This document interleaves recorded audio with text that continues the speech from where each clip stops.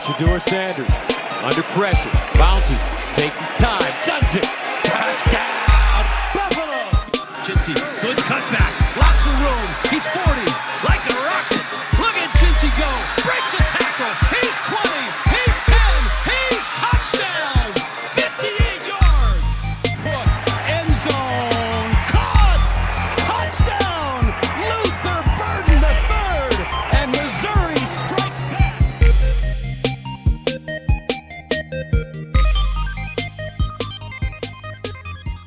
What's going on, everybody? Welcome back to Burning the Red Shirt. It's been a few weeks. Per my life insurance, I've had a major life event per my health insurance, so things have slowed down a little bit for me. So getting some writing in, finally was able to grab some time here with Andrew to talk, I guess, what we usually talk about in March, which is conspiracy theories and best ball drafts. And the dismay and ruin of my quarterbacks in Nate's Dynasty League. So what would you like to start with, Andrew? I just want to make sure I have this right. You drafted Cedric Baxter in the third round and then proceeded to write an article about why he sucks. I wrote an article about how I could see him be a bust. The article that I released on Campus to Camp was basically, here's three guys that are being picked similarly. I'm down bad when it comes to these guys. I listed out guys from, tell me how you feel about these guys that were drafted in previous years.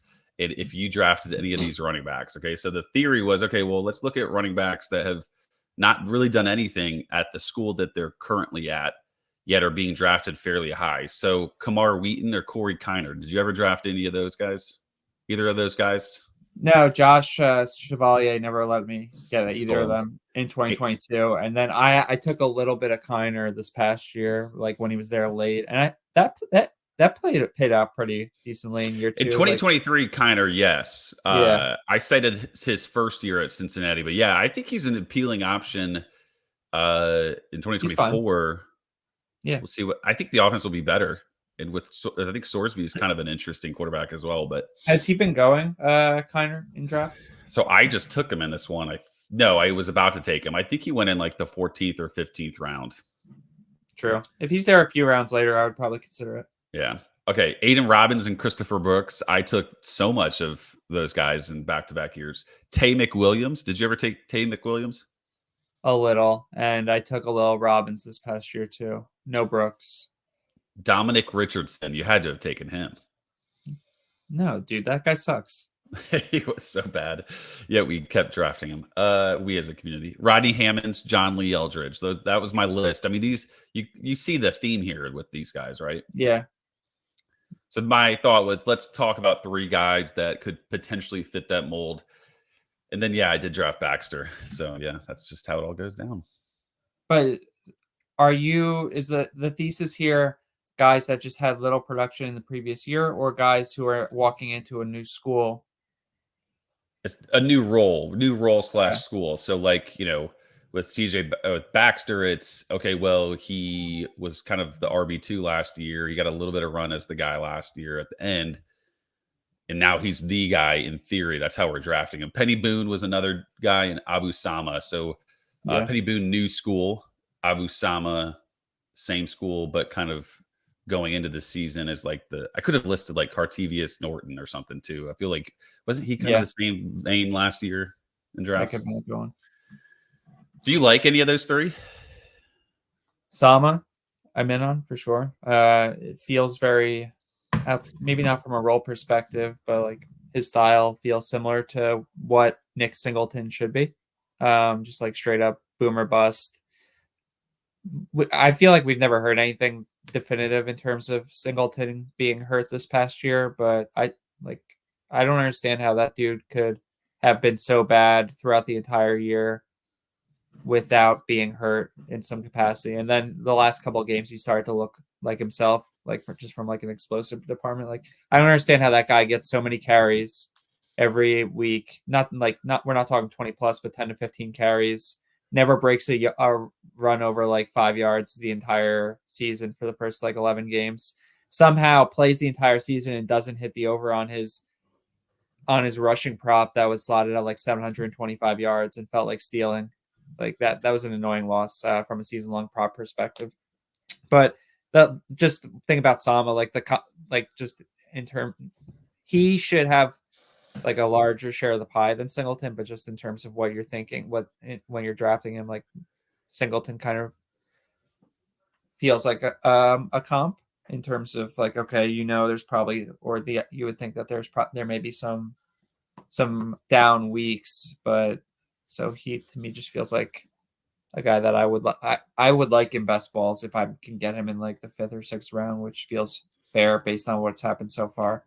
I want to be down on Penny Boone, just because it feels like that's a big ask to go from the MAC to the ACC, and I forget what the running back room looks like there now. They brought It's not very good. It's not very but good. they brought in a few different guys, right?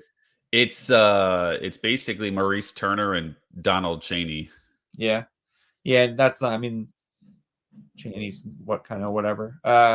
So I want to be down on him, but him and Ollie Gordon, both of them, like going into last year, I think it was difficult to project what would actually happen with them, because if you just reflected back on what they looked like when they played football the previous year, like they transformed their bodies.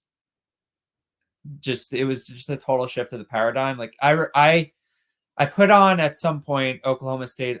It's funny how I'm talking about none of the players you actually ask about, right? I put on Oklahoma State, Iowa State YouTube cut-ups at some point, which was like week 3 or 4, right as Ollie was starting to break out.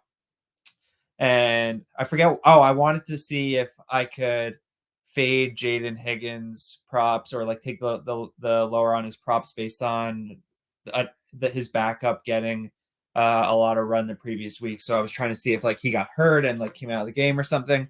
And the Iowa State ended up winning that game, and it was like a very typical Oklahoma State back and forth, why we love Big 12 football type deal. But that seeing Ollie in that game, Ollie Gordon, like he was just starting to ascend to the role, and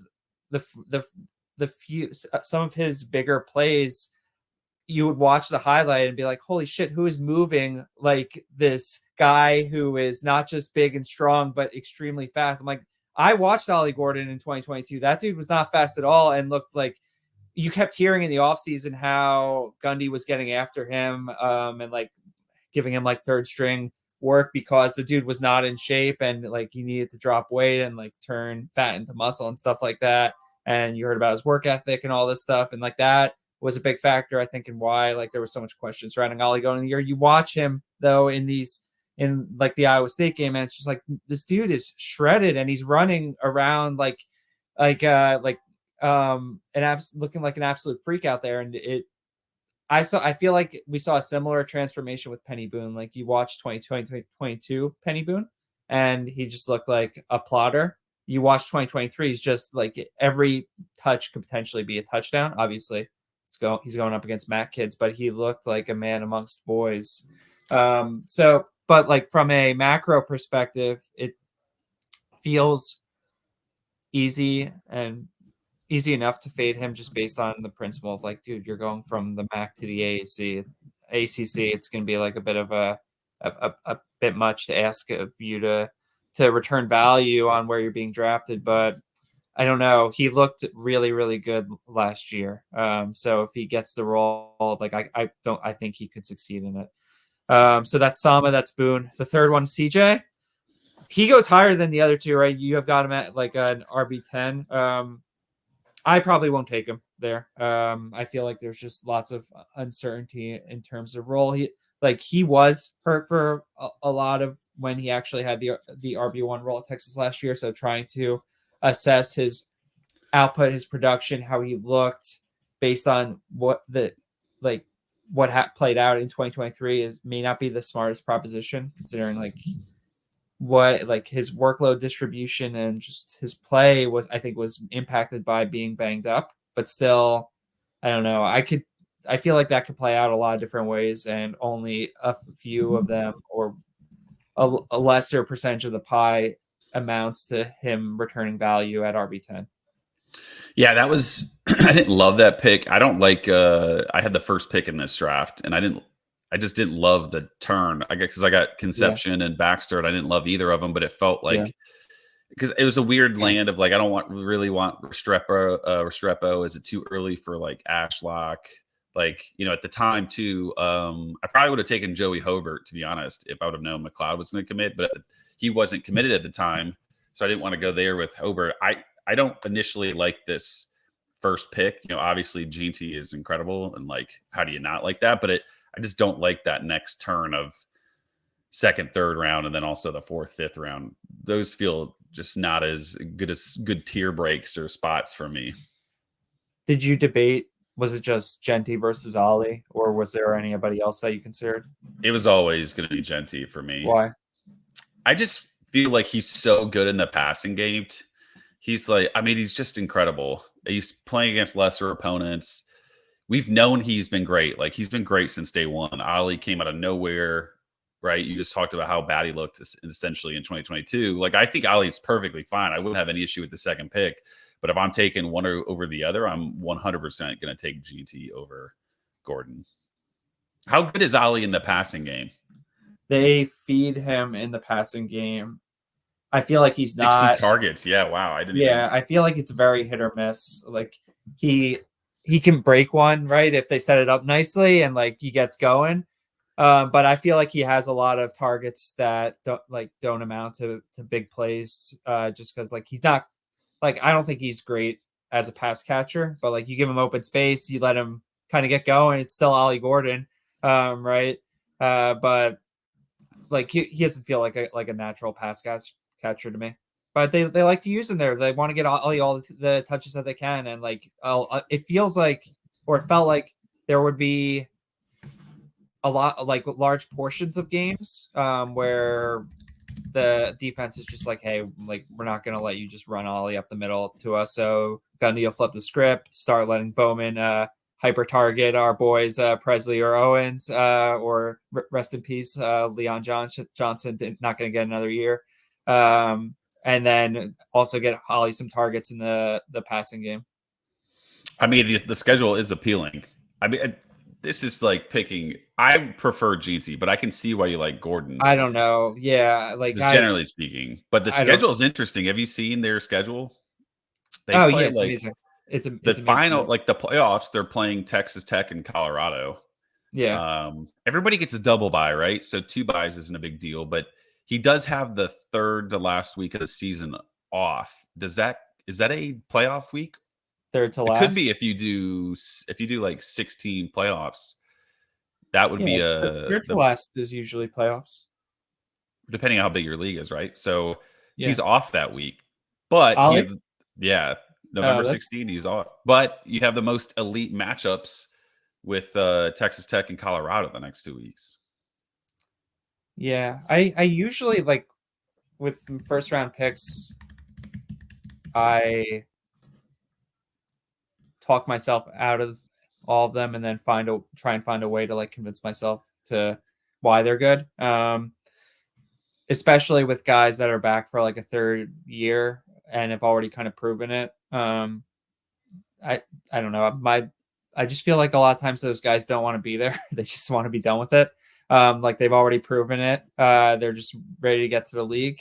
Ollie and Genty overlap in their use cases, right? They both could have gone somewhere else if they want to. Both decide to come back to the school where they were superstars this past year.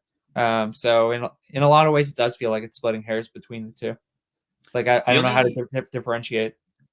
If they're both clearly good in the pass game. Their schedules are going to be good. I just looked at Boise State's. It's about as straightforward as it gets. They play the Mountain West, right? Yeah. If you're not going running back, the top receiver is Tet McMillan, right? I wouldn't consider him first, but that would be the only other guy you could consider, right? Like you wouldn't go Salter, would you? I don't know. You have an affinity for Salter, so it's tough for me to be impartial about Salter. So if I was feeling silly and I wanted to like waste a pick on a quarterback in the first round, sure. Like, yeah, that's my boy. I'll roll with him. And I would love to try and make a compelling argument against Ted, but it seems like it's all just going to set up for him getting a bajillion targets and being a monster. I mean, no cowing, right? So is like Lamonius Craig really going to fill in? They're going to bring someone else in. They need to bring in another wide receiver. You would think. We'll see what happens. I mean, that's the thing is right now there's so many. It feels like there are some gaps in some places, and it's like, oh, this guy will be a good value because of the fact that he's there. But then there's so much. What do we got? Like 5 or 6 weeks until the next portal opens, and it's like, all right, so so much will change next. Tet would be the first receiver for you, though, right? It wouldn't be Burden or Horton or Stewart, would it? I think I would go Tet. I think you have to go Tet. I would. Yeah. Burden's pretty dope, though. I've come to the I was on the dark side. I didn't like Burden last season. I was incredibly wrong, and now I think he's obviously. They were just so bland and boring with him 2 years ago that it was like, why do I care about 90 targets to a guy that's going to run 2-yard routes? Like, so I've wised up. I thought about this the other day. Years ago, Mo Ibrahim was like the steal of the century, right? Like, and we were really just being dumb about an injury. And maybe it was like PTSD with some of these different injuries. Darius Taylor is really the same boat, but he's like the 8th pick overall in this draft. Is that too steep for him? I mean, there is some question marks because they keep bringing dudes in, but like, I mean, if he's the guy, he should easily be an elite pick, right? Yeah, if you're looking to take a running back in the first round, who are the other options? I mean, Omarion Hampton, yeah, RJ Harvey, Devin Neal, Giddens, Maffa, Brooks. Oh, Taj Brooks. I hate all of them. Right. I hate all of them at like the 8th pick. Yeah. I like Hampton. But I wouldn't. Harvey, you could maybe get me there. Brooks, I don't think. Like, I think as much as I love Brooks's floor, I don't think I wouldn't go 8th overall for him. No. Yeah, I probably would take Taylor amongst all of them, just because like I really don't like any of them there, but the path for Taylor to being like the number 1 overall player is dude, just stay healthy. I mean, we saw him get force fed in that bowl game. Yeah. So, and basically in every game he's been healthy since he started getting carries. Right. I mean, well, the thing with the bowl game that was impressive was the fact that they had a dude that was 2 feet out the door at quarterback, and Taylor still was extremely valuable in that game. That was a legendary prop betting game. We'll never forget that moment. Yeah, that was awesome. That was a great game. Where do you stand on? I took Holden Willis because he's tight end eligible. Yeah. Do you think that lasts? If people don't complain about it, which they might, right? If they decide to be the game maker and ascend to that role. What is more likely? Who is more likely to lose their tight end eligibility from Fantrax? Dalvin Smith or Holden Willis? Dalvin. I think so too. Yeah. Too many years of it being known. Plus, I think like Holden's because Dalvin is so blatantly obvious that he's not a tight end. If it's been this way for 2 years, I think someone cries about it. Probably. And gets him. Yeah. I think if you're doing best ball drafts early on, you can set. There's a setting where you can lock position as of draft day, and I think that needs to be checked. It just so that we're not even talking about trying to weigh factors in terms of is he going to be listed as by the team as this position? Is Fantrax, based on their history in terms of how they treat situations like this, going to add or remove position eligibility? The variables are if users make enough noise, which is I don't think that's something that you should like have to weigh when you're making a draft pick like that. It feels ridiculous. Yeah, because it adds another element to it. It's like, all right, well, if you don't have that checked and you're beholden to whatever Fantrax does, now you have to evaluate who's in the league with you. You know, like Nate has done a great job of the league. It's the. Well, I'm just saying you can change it by league. Like Nate, like I have Dalvin Smith in the Nate league, and he's never been a tight end because Nate changed it. So Nate has the setting of use only primary eligibility. Dude, there's so many settings for the shit in Fantrax. It's pretty cool. How many different ways you can customize position eligibility, but like the one that like the setting I'm talking about is like I don't know exactly the verbiage, but it's basically like lock position eligibility as of draft day. So then everyone at least knows what they're dealing with. There's no speculation on if people are going to complain to Fantrax about a player's eligibility and then change it. Well, there's plenty of months here to go. What is the champ? What do we do in the champion series? Greg just plays it as it lies. He just has like whatever Fantrax has, and then whatever it moves to, like that is what we roll with. So basically, we do what you don't like. I don't hate it. I like it better than like some of the other options. But I mean, it's tough. Like it makes it tough to take someone like Willis, because you don't know what's gonna happen. It's tough to like quantify it. I was looking at we got our champ series draft got set up, or the league got set up, but we don't have all 12 people in it. So I was looking at the draft order and just realized that it's going to change once. It is. Does Greg randomize that, or does he just let Fantrax do it? Greg randomizes all 12 up front and then tells us what. So he does in some way where no one can have the same pick in any of the 12 drafts.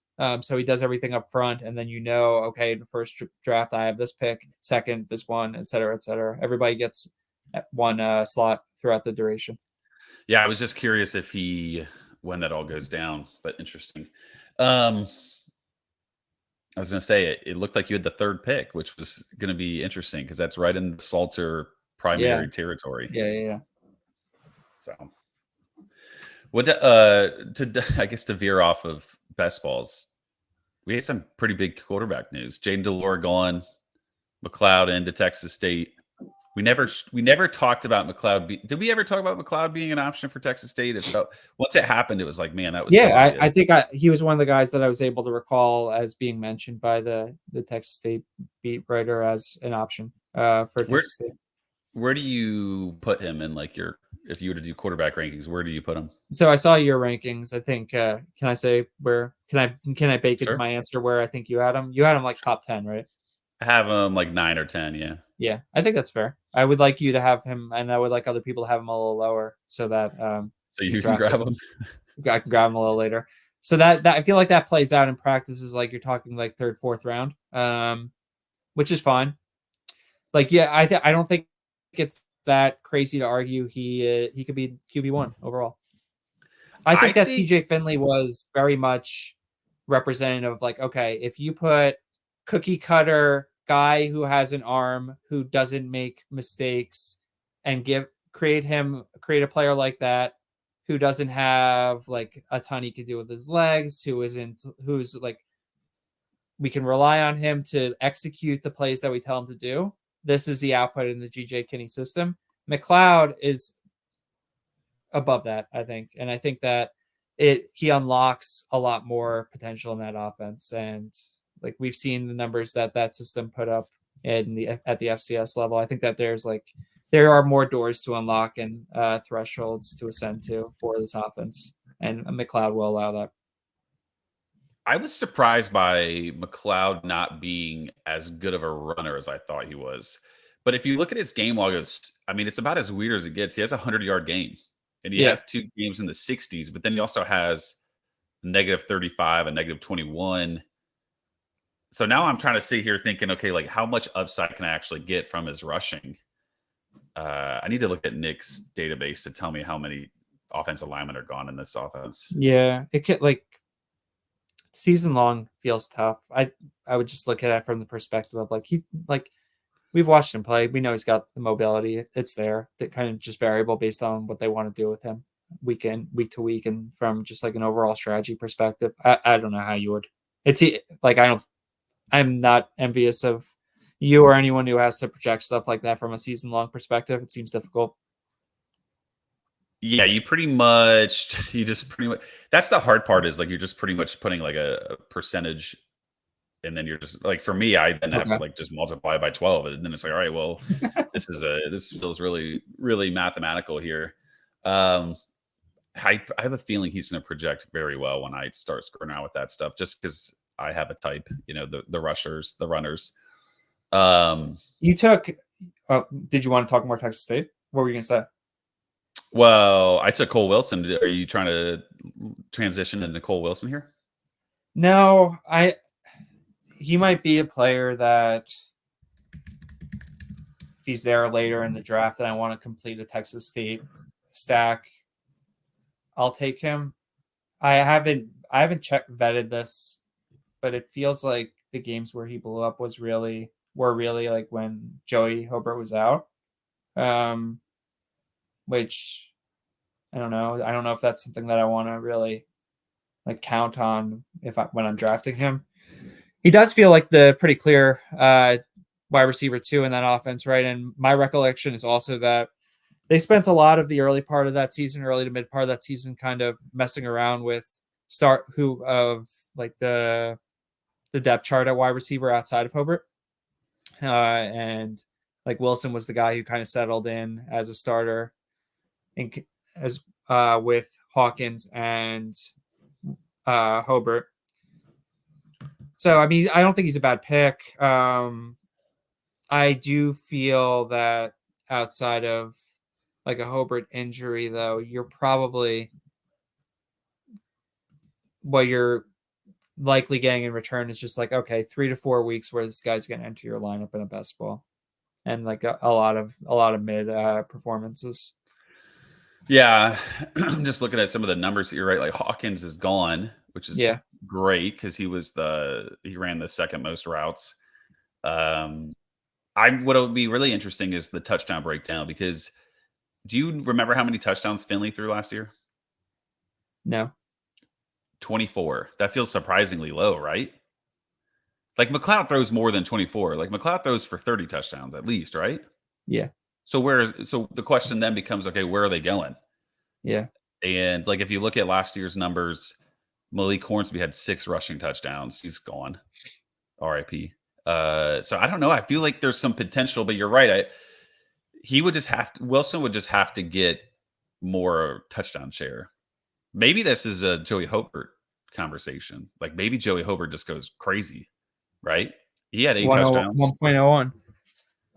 I'm not saying 101, but the thing is these receivers are really nice at the top. Like it's really hard not to like Royals, Horton, Stewart, Atkins, Ricky White we can touch on here in a second. But after that, like I am not completely sold. Like I will have no Egbuka.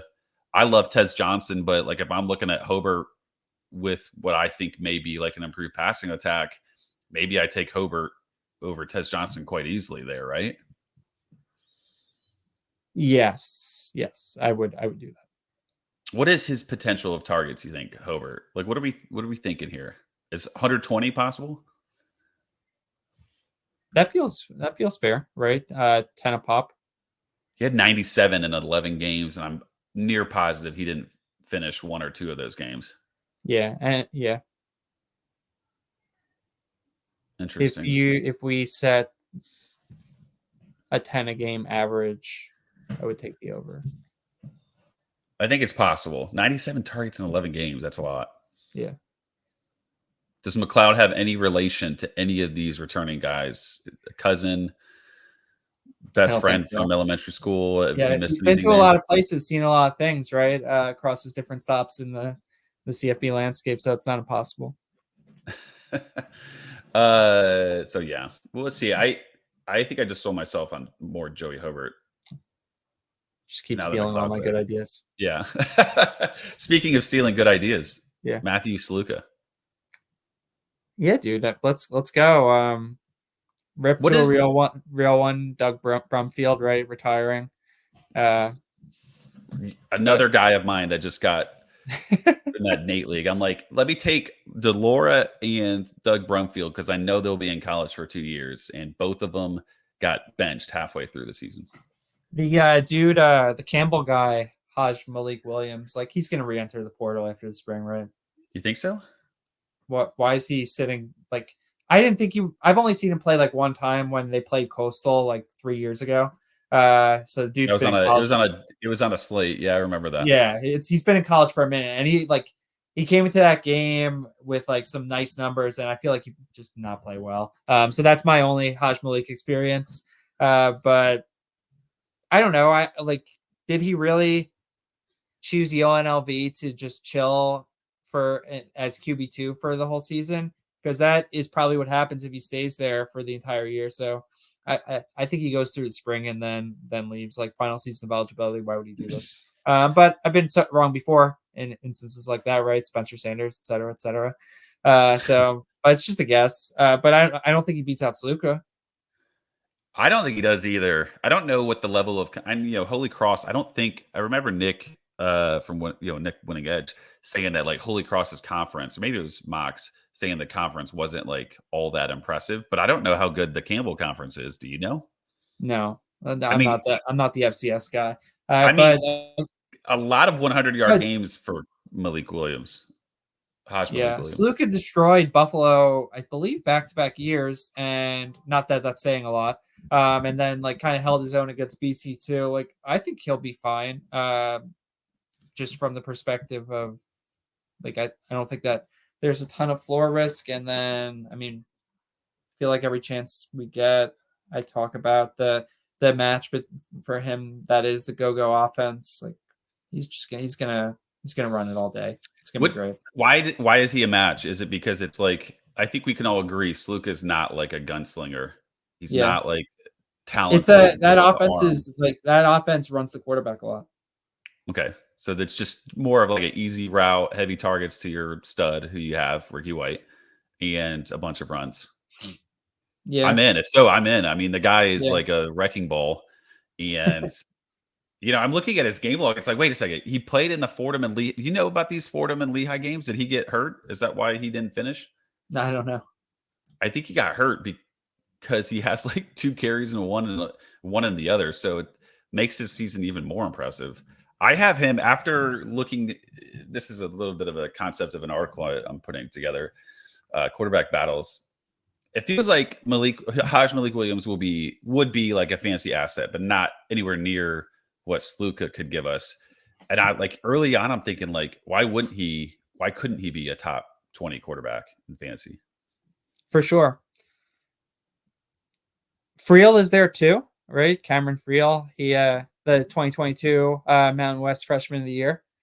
Like, does Haj Malik even beat him out if they all get their fair shake? Like, I didn't think Friel was anything special when he was playing, but still, like when you're talking about just depth charts all the way down, like he is at worst a very solid. Like programs would kill to have him as their QB3. But I don't know, him versus a dude that was playing QB at FCS school. Like I think that is also a battle, and another reason that it wouldn't surprise me if Haj Malik entered the portal after spring ball. I'm just looking through real quick. Let's see. I don't see he's not listed on Nick's. Friel is not listed, but really? He is returning. Yeah, he is returning because I just found this article on Doug Brumfield retiring, obviously, and he's listed as a returner. I'll have to update Nick. Nick loves it when I tell him what he did wrong, so that'll be fun. Can we talk about your draft a little bit? Yeah, let's transition why to did my you draft. take one of us I think has the wrong idea when it comes to Western Kentucky this year. You took Finley and Easton Messer. Did you see? So they brought in like the Mississippi State offensive line coach to be their OC this year.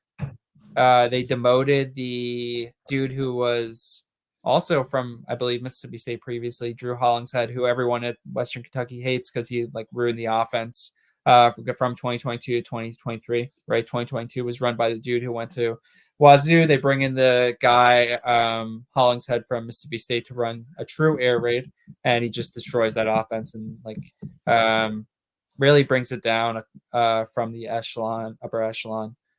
So, I mean, you watch these games play out for Western Kentucky in 2023, and they're struggling to beat like 3 and 4 win schools. Like it was not what the standard that we hold Western Kentucky to, generally speaking. So he's demoted. They bring in this offensive line coach. You read about him, and it's just like, fuck, this guy feels like he just wants to be like tough, like run some like tough physical offense type stuff. Like at minimum, like I don't see how bringing this guy in signifies like, okay, we saw what we did wrong in 2023, bringing in this like true air raid guy. Let's get back to like the creative passing game that we saw and be so successful for us, not just in 2022, but 2021, and then so many years in like the 2010s as well, right? This doesn't feel like that at all. Like I do feel like there, for a lot of my stronger positions that I haven't overly researched, there's probably, it's possible that I am missing something. And before I start to do drafts, like I want to validate a little bit more. But just that piece of information in conjunction with also just not being like a big TJ Finley fan, it makes me think, okay, I could just probably fade this whole offense outside of a draft where it's possible for Teron Keith to have some value or Elijah Young. Like I like both those guys, but they're probably going to cannibalize each other. But I don't know. I like them both. So Hollingshead is the guy, right? The new OC. I just was looking up some stuff. No, he's the guy who got demoted. He's the one that got demoted? Yeah. He ran the 2023 offense. Will Friend, I think his name is running Will Friend. He just like this dude just wants to destroy the Western Kentucky passing game. Is my initial inclination based on how he looks and his history, which I should dive deeper into, but just like reading like offensive line coach for like 8 years. And then like I need to do the Nick thing or like anyone who actually builds predictions thing and look at like, okay, he does have some OC background. What did those offenses look like? Like I haven't dove into this, but I don't know. The warning signs feel like they're there. This is about the most up and down. I'm going to tell you the teams that he's worked with, and you're going to be like, oh, that's great. And then you're going to be like, oh, that's awful. Yeah. He was at Georgia from 11 to 14. He was at Colorado State from 2015 to 2017. That had to have been following Bobo, right? Is that the Bobo years? Which in 2017, that offense was like top 12 in the country in yards per game. Okay. But then he went over to let's see here, Tennessee, then Auburn, and Mississippi State.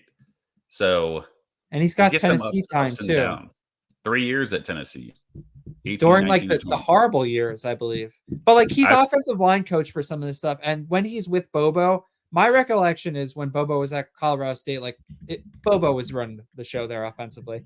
That could be wrong. A lot of this could be wrong, right?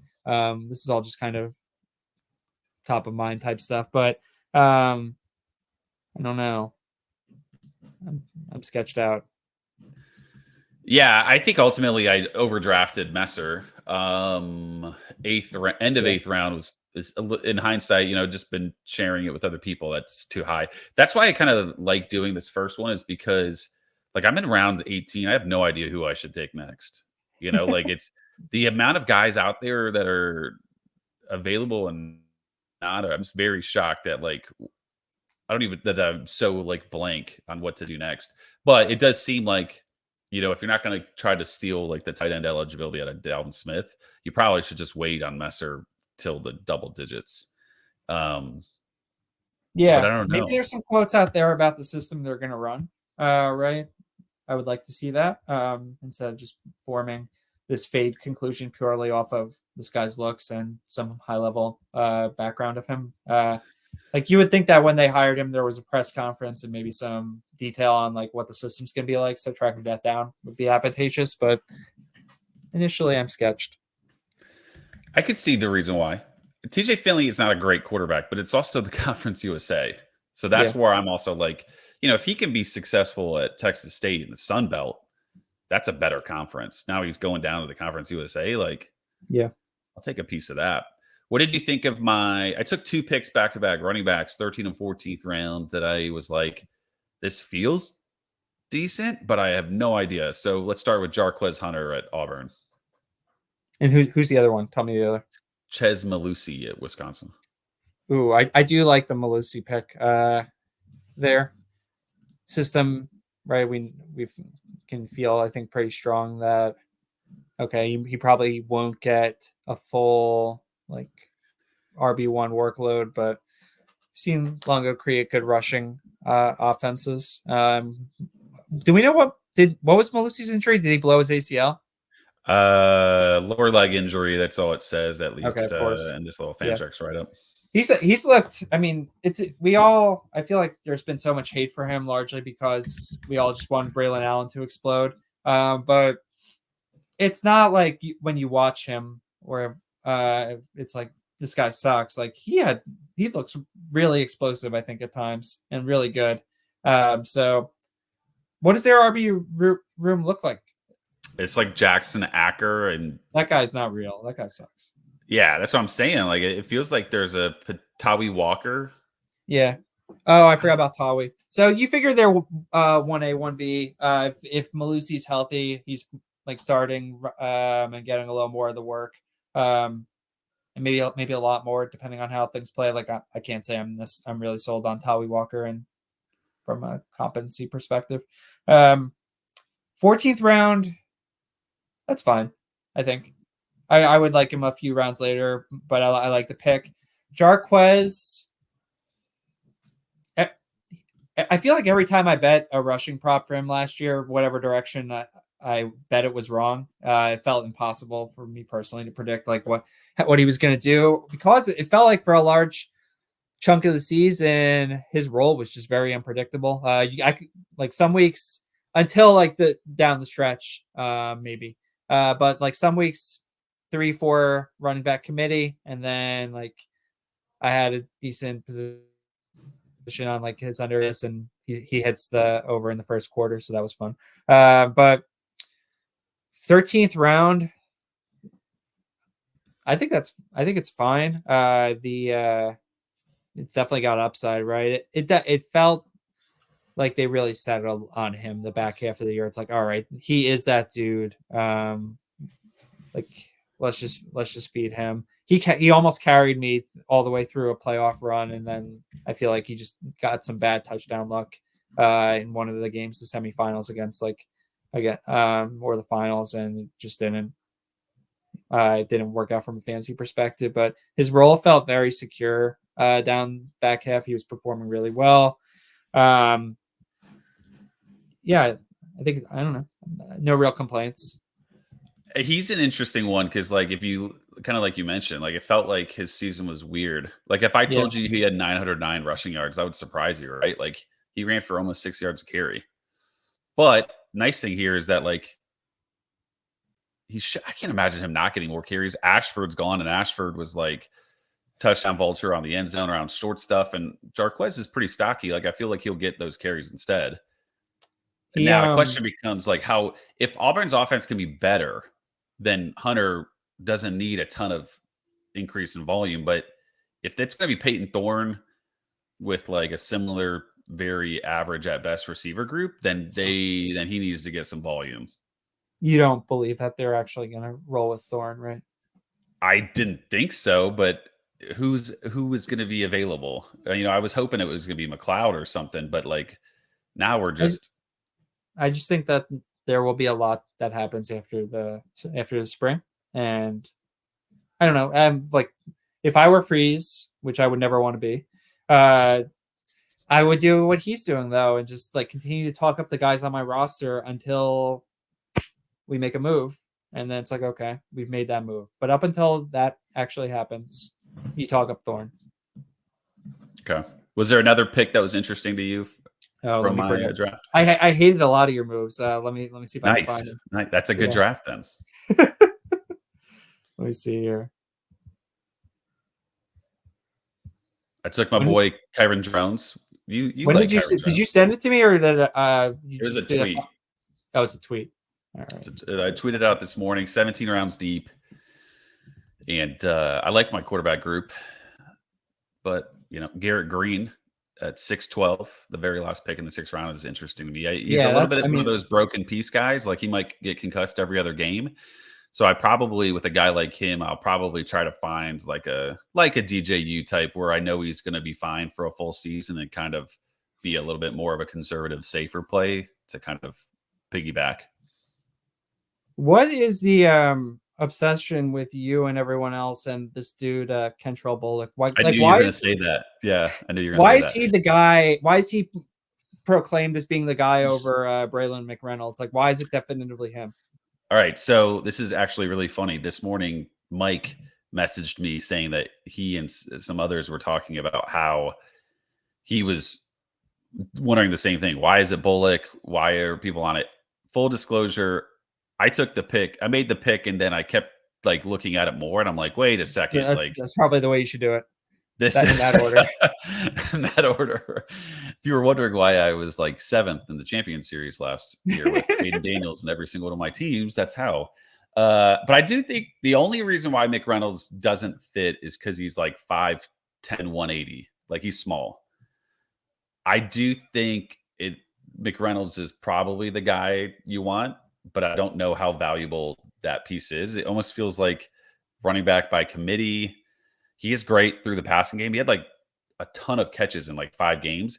And most specifically, I was looking at, this is why I said in hindsight, I almost immediately regretted it. You look at the bowl game last year against Eastern Michigan. Remember, they crushed them.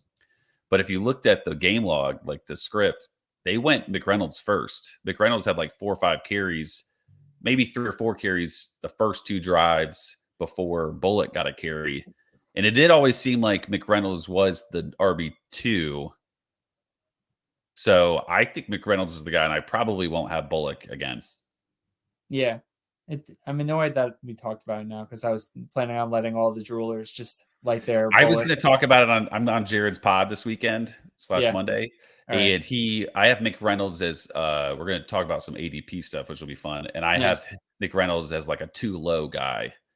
So I was going to talk about it regardless. You couldn't avoid it. Fine. Yeah, I assume he's free right now, and he like, I don't know. Maybe it ends up being something akin to like a couple of years ago, Harrison Whaley versus Ontario Brown, like a lot of batting back and forth between people who are drafting who's it going to be type deal. I would lean McReynolds. Do you remember how crazy his props were for that bowl game? It was just a copy paste job of Damian Webb numbers, basically. It was like 94 rush yards and like 35 pass receiving yards. He went over on the receiving, under on the rushing, but it was still scary because it was like I wanted to go under on everything for him. But it was like, it's fucking EMU. Like it's probably like he could get there. Yeah, I will not take Bullock unless we see unless we start to see evidence that he is the running back one. But right now it just feels like there's assumptions made due to height, weight, and stars, right, associated with him. Bullock was like a 4-star at Mississippi State, I think, and transferred like a bunch of years ago over. So that I think is where the projection comes from. But I definitely lean McReynolds based on the information available right now. What do you think about on the RB front, to stay on it? Who do you trust more, Ricky Hunt or Freddie Brock? I mean, we're talking 2 huge bowl game guys that now seemingly are the running back one, but we don't really know. I would want to read up a little more on Georgia State. I don't know anything about what they did in terms of offensive scheme and position hires. The returning production stuff's scary for them. Ohio brought in another running back, right? But it's not someone who is it's that dude Anthony Tyus, that Northwestern plotter, the guy who was like RB3 or 4 at Northwestern, and he broke like one big carry in one game, and dude, it looked like he was walking with bricks attached to his feet. The guy was going so slow. But I would lean Hunt. I think I am curious what they end up doing a quarterback at Ohio. Like they already brought in Gunnar Gundy, who said peace and he went to Alabama, right? I think that was a joke, but I Was don't it a joke? know. I don't know. Genuinely, I don't know. I thought it was like a mock. I think somebody joked, like did it as like a funny meme type situation. But You you're know, right. you have to recognize real type deal if that's the case. I think you're right. I see nothing on it. So I mean, some people get upset about, oh, how dare you impersonate fake news and stuff like that. But like a true That's just master, good old fashioned fun right there. That's clean, a true old master of fashioned their fun. craft. It takes a lot to get me because with something like that, because I'm always on the lookout for it. But props to whoever came up with that one. But getting back to Ohio, like they already showed an interest in upgrading the quarterback room, not just from a depth perspective. Like Parker Navarro cannot start. I would love it, right? Just from like a Maction prop unders perspective, like please give me a 180-yard passing prop on a cold Maction winter night, and we'll just bet under for days. That dude can't throw the ball, and then neither can CJ Harris. Alternative is CJ Harris is the problem, right? I mean, if it's not either of those, if it's not Navarro, then it has to be Harris, which is He can't even throw scarier. either. Yeah, that's awful. Yeah, but so I think there's still some moves to be made in terms of like QB. There's if they feel like they're all set from a running back perspective, and you tell me the competition is Anthony Tyus, that makes me feel good about drafting Ricky Hunt. The only mock I did, I took him. If he's like, I feel like as things progress, and if new barriers are not to entry for him are not inserted, like they don't bring in more pieces, his stock will rise. But yeah, I would right now. I go Hunt over Brock. Yeah, the concern, like you mentioned with Brock, is that everybody is gone from Georgia State, like coaches and players. They did bring in CJ Beasley, which who knows how good CJ Beasley is, but he's a name that we all recognize. Yeah. But then you're right. Like the alternative is Ohio, which is likely to be an absolutely awful offense, especially if they go Harris. One, you said Tyus, makes me think of is Cam Porter. Do you know Cam Porter's got 2 seasons left? 2 seasons left. 2020 bonus year. In 2021, he redshirted because he got that ACL injury in August, right after I drafted him in our Dynasty League. I think Cam Porter could be interesting. I don't think he's any good, but the Northwestern offense was shockingly more impressive than it should have been. And if he's the only guy there, I mean, maybe. I don't know. I'm down to try it out at the end. Yeah, it's so much confounds me about Northwestern this past year. Like, I don't understand how Brennan Sullivan was able to lead a not atrocious offense. Like, I thought that dude was just death to any game plan when he was inserted, but he surprisingly was able to complete some passes and to the demise of my wallet. But it still feels like really you're gonna go with him as QB1 this year. That doesn't feel like a recipe for success. I don't know if I'll take Porter. It feels like every week is between 50 and 70 yards. Like, do I really want to? Is that what I want to do from a best ball perspective? Yeah, right. He was so good that first year, man. It was just such a bummer. Sullivan, fun kind of memory here is I got yelled at for Sullivan. Remember when Sullivan won the bowl game by just getting concussed 6 times in a row? And it was remember that he was so clearly concussed. Was that Sullivan, not Ben Bryant? Oh, well, same thing. Whatever. It was Ben Bryant, same guy, just different number. Yeah.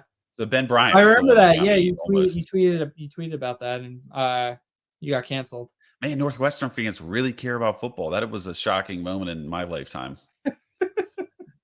Which is funny because if people want to go back to it on the Pat Mayo show, I said that Northwestern would be lucky to win a game, I think. And they won, what, 7? So yeah, they were my biggest preseason wins total, the under for them, and that did not go well. I have this interesting idea. I'm curious if you think if people would do it, and maybe we set it up.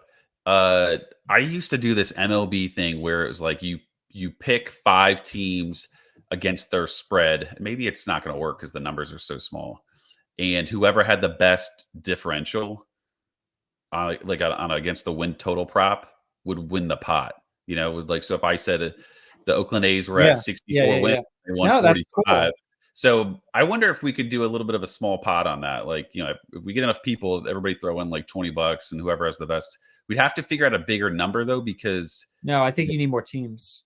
I was going to say more amount of teams, because in football there's 12 games, and baseball there's 162. So do you get negative if you're wrong?